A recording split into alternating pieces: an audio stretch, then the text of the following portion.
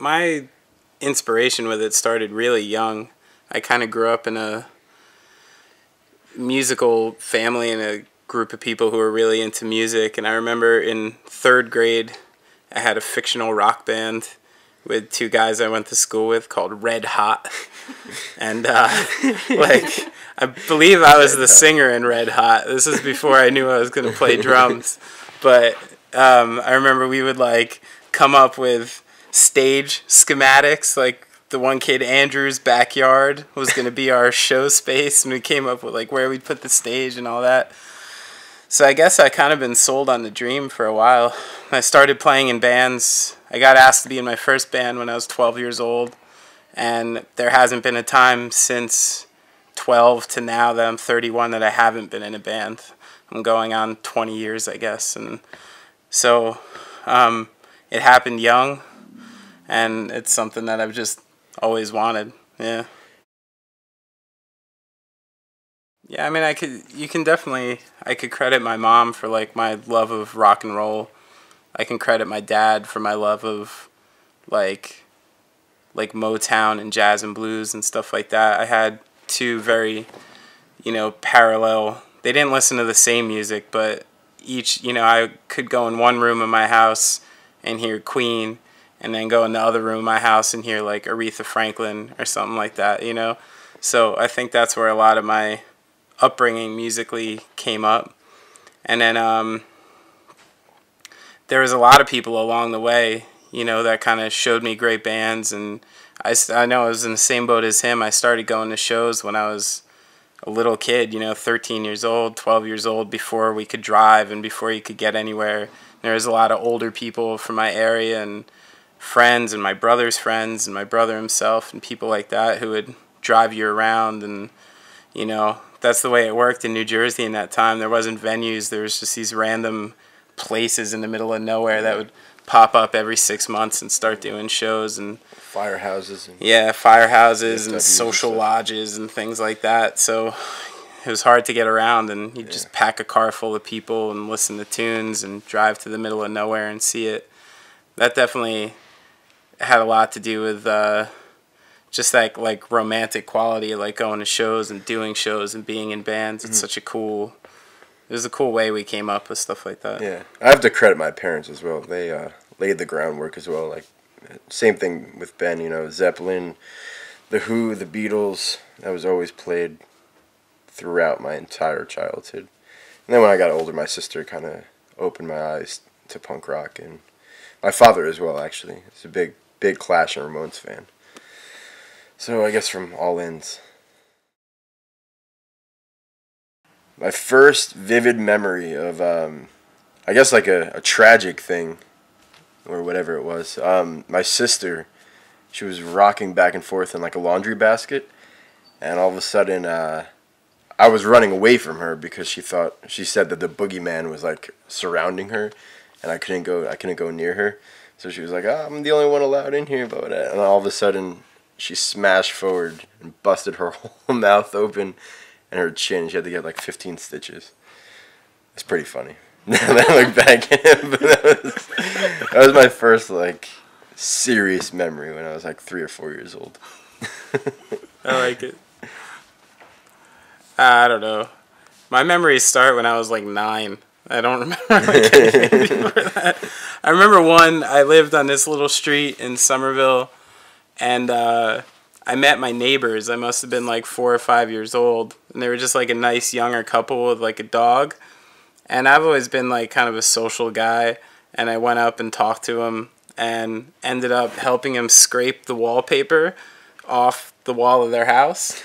But I didn't tell anybody where I was going. My parents thought I was lost, and they got like crazy, like neighborhood watch kind of thing came out, and I ended up just like coming out with a little like spackle thing, just like, hey, what's going on? I was just helping them take wallpaper off the walls. I guess I wander a lot. That's why Ian calls me the lone wolf, because I just go off wandering a lot. Oh, and I stole a Baby Ruth. I remember that. It was a really conniving little Do you guys brat. have Baby Ruth over here? It's like a chocolate bar with nuts. Yeah, my mom said I couldn't have it, and I was in the store, and I just put it in my pants. Oh, deviant from the start. Yeah, it's deviant. Bad news. I went to a show at the Trocadero in Philadelphia to see Ensign, Ignite, and Sick of It All, like a hardcore show. I must have been 16 or 17 when I would still crowd surf and stage dive and stuff like that. And I've always had like this kind of funny shaped stomach where pants don't really fit on it. So I either have to put my pants like way up here or put them like down there, usually down here, 90% of the time. And I was crowd surfing, trying to get up during Sick of It All so I could do a stage dive. And it was kind of an awkward landing, and I landed on all fours with my butt facing the crowd with my pants halfway down my butt. So I essentially mooned like, I don't know, how many people does the Troc fit? Sold out show. Yeah, like 1,500? Yeah, like 1,500. So I basically mooned 1,500 people when I landed on stage, and in a well of shame, you know, did a terrible stage dive, just went to the back of the room and went, oh. And that is actually the last time I've ever done that. But also, I think it's mean for big guys. I'm a big guy, way over 200 pounds, to like stage dive and crowd surf. It's just not nice to other people, you know? You just crush people's heads, and it's not cool. Yeah. My best friend, still today, I think I was about 7 years old. We were hanging out and we were just being goofy, little kids. And I had this little dog when I was a kid, about that big. And we were running around. I don't know what we were doing. We were pretending to do we were pretending to do witchcraft. That's what it was. And anyway, that doesn't really matter in this story. Some bizarre stuff. Wait, witchcraft on your dog? No. We had like lights set up. And okay. It was just really weird.